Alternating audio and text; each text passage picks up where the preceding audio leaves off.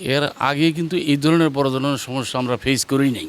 কিন্তু এই যে কিছুদিন আগে যে ৫ দিন কন্টিনিউয়াস বৃষ্টি হয়েছে, এর ভিতরেই কিন্তু পানিটা জমিয়া কিন্তু প্রায় ৩-৪ ফিট পানি কোনো জায়গায়, ৪ ফিট পানি হয়েছে, ৩ ফিট পানি হয়েছে, ২ ফিট মোরললেস পুরা নিকুঞ্জতে কিন্তু সব রাস্তাগুলি কিন্তু ডুবে গেছে।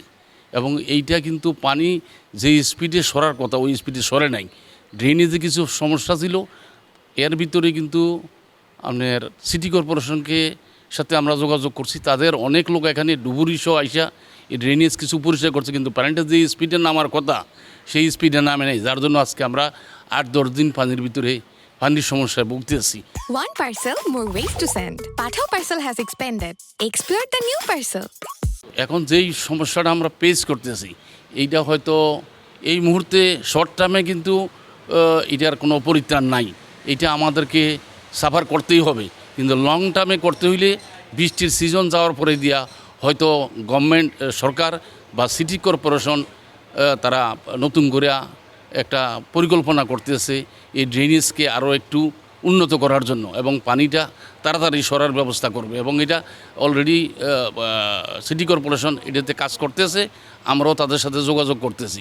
তবে সিটি কর্পোরেশন যথেষ্ট সহযোগিতা করছে। আমাদের নিকুঞ্জ অধিবাসী যারা আছে, পরিষদের লোক যারা আছে, এরা আমরা সবাই মিলে চেষ্টা করতেছি। কিন্তু যেহেতু পানিটা সরতেছে না, পানির যাওয়ার যে রাস্তা সেইটার ভিতরে প্রতিবন্ধকতা থাকাতে পানিটা যে স্পিডে যাওয়ার কথা সেই স্পিডে যাচ্ছে না, এবং পানির পরিমাণ যেহেতু বেশি সেইটা থেকে আমরা কিন্তু সহজে হয়তো পরিত্রাণ পাবো না, একটু বেশি দিন লাগবে পানি সরতে, এইটাই মনে করতেছি। এটা গত ৭ থেকে ১০ দিন ধরে আমরা এই সমস্যা ফেস করতেছি। মানে বৃষ্টি হওয়ার পরে এই পানিটা এখনও সরতে পারেনি। গত লাস্ট যে ৫ দিন ধরে বৃষ্টি হলো, বৃষ্টির পরে এই পানিটা আর বের হয়নি আমাদের ভিতর থেকে। না, আমাদের ঠিক কোরবানি ঈদের আগে একটা এরকম সমস্যা হয়েছিল, পানি জমে গেছিলো রাস্তায়, তো সেটা নেমে গেছিলো, তো আমরা ভাবছিলাম যে আমরা বেঁচে গেলাম। কিন্তু এইবার যে ৭-১০ দিনের যে আমরা সমস্যাটা ফেস করতেছি, এটার থেকে এখন আমরা পরিত্রাণ পাইনি। পরিত্রাণে আমাদের সমিতি থেকে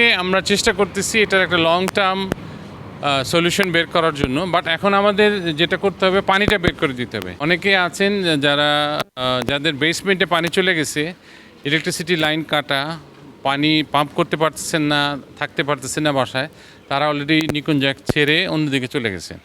হ্যাঁ, তো তাদেরকে স্বস্তি দেওয়ার জন্য, তাদেরকে ফিরিয়ে আনার জন্য আমাদের এই পানিটা বের করা খুবই জরুরি এখন।